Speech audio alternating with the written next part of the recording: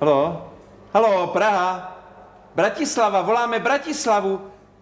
Slabo počuť. Haló, Bratislavo, ozviete se.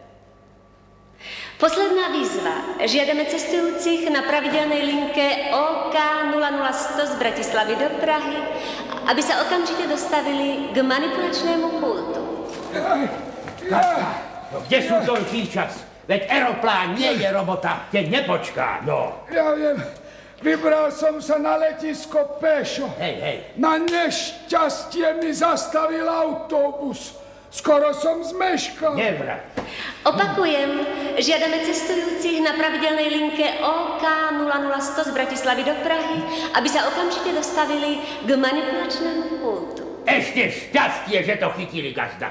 Práve nás volajú k pultu, idú. Pultu? Hej. No teda pekne začína táto služobná cesta. Hej. Ale keď k pultu, tak k pultu. No, tak. Čo je? A čo je to za stoličku, veď to ani operadlo nemá. Sused, to je kvôli tomu, aby šenkárky viacej zarobili. Vedia? Príde zákazník, posadí sa, dá si pol deci, rozbolia ho kríže, zaplatí a príde ďalší, no. Áno, ale keď si dám 4,5 deci. Tak ide to už jedno. Aj krížom, aj tej šenkárke. A keby si dali ešte zo 2-3 deci, aj gazdíčko, tak im aj operadlo prinesú. No?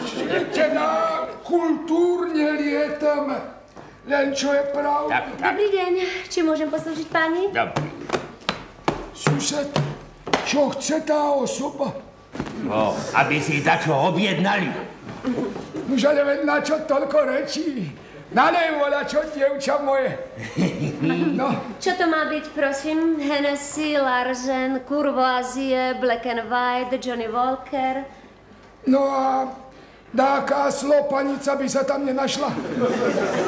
Gazda, ale veď to všetko sú slopaničky, ale zahraničné, vedia? No a na čo nám núka zahraničné, keď lietame vnútroštátne? Aha, no tak vedia čo, slečinka moja, prinesú nám 2 vnútroštátne slopaničky, hej? 2 razy. Po pol deci? Po deci? Prosím. No. My letíme až do Prahy. Hej. Prosím.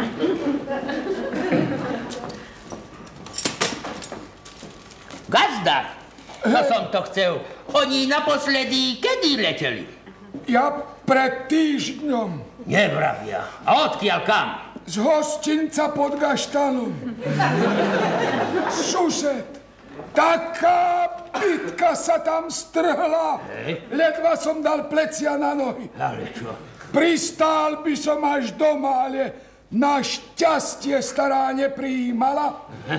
Tak som zakrúžil a poď ho nazad. Hej. Prosím. Ďakujeme. Ďakujem. Hej, gazdíčka. Tak teda, pôjdi a neuškoď. S poľutovaním oznamujeme cestujúcim, že odlet linky OK 00100 z Bratislavy do Prahy sa pre nepriaznivé počasie na letisku v Košiciach odkladá. Najbližšia informácia o 15 minút. Už to začína. Teda... Idú sem, slečna. Prosím. Tak im teda s poľutovaním musím oznámiť, že si to dáme ešte raz. Dobre? Áno, po deci? Nie, po 2 deci. Po 2, aby nemuseli zbytočne lietať. Prosím.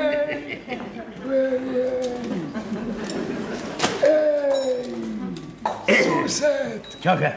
všimli si a zapáť. Ale gazda, čo sa oni stále pozerajú za druhými ženami? Veď ich starka je dobrá ženička, dobrá. No to je, ale nemá také pekné tie Čo? aerolínie. Prosím. Ďakujeme. No, ďakujeme. Tak teda, pôjdi a neuškoď.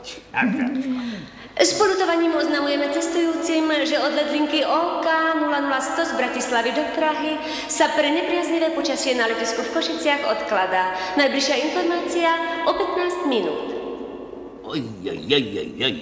Teda poviem im, že z tej Prahy nebude asi nič. Veru, gazda, aj mne sa tak vidí. A čo to dá človeku roboty, kým si vybaví služobnú cestu?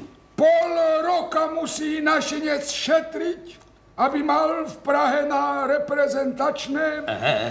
V robote sa musí hodiť marou. Veru, starkej musí vysvetliť účel služobnej cesty. Veru, oni tento raz čo povedali?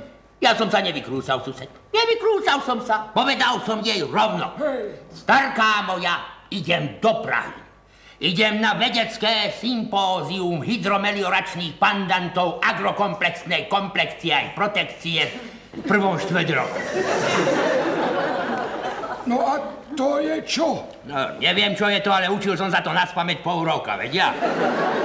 S poľutovaním oznamujeme cestujúcim, že odlet linky OK 00100 z Bratislavy do Prahy sa pre nepriaznivé počasie na letisku v Košiciach odkladá. Najbližšia informácia o 15 minút.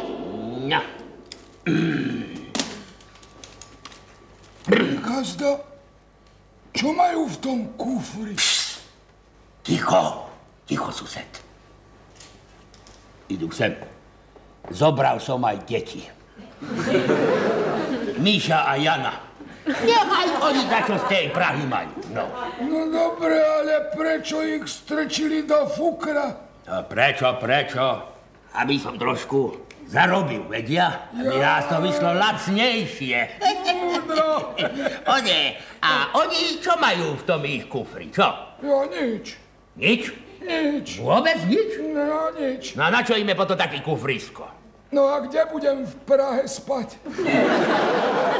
Aha. No zane v Prahe im taký kufor len zavadzať bude, sused. O nie. Hej, boli oni už v Prahe? Nie. Vedia, koľko je tam ľudí, gazda? Koľko? Veľa. Aké krásne mesto to je. Krásne, skutočne. A koľko kultúrnych aj historických pamiatok tam majú. Koľko? Strašne veľa, strašne. Osobne poznám dve. Veľmi dobre. Ufľakov a Upinkasov. A vedia, aké ulice sú v tej Prahe, gazda. Kým prejdú z jednej strany na druhú, tak aj pol dňa im to trvá. Také široké. Nie, také rozkopané, vedia. No to bude asi preto, že tam teraz stavajú to metro. Hej, to je možné.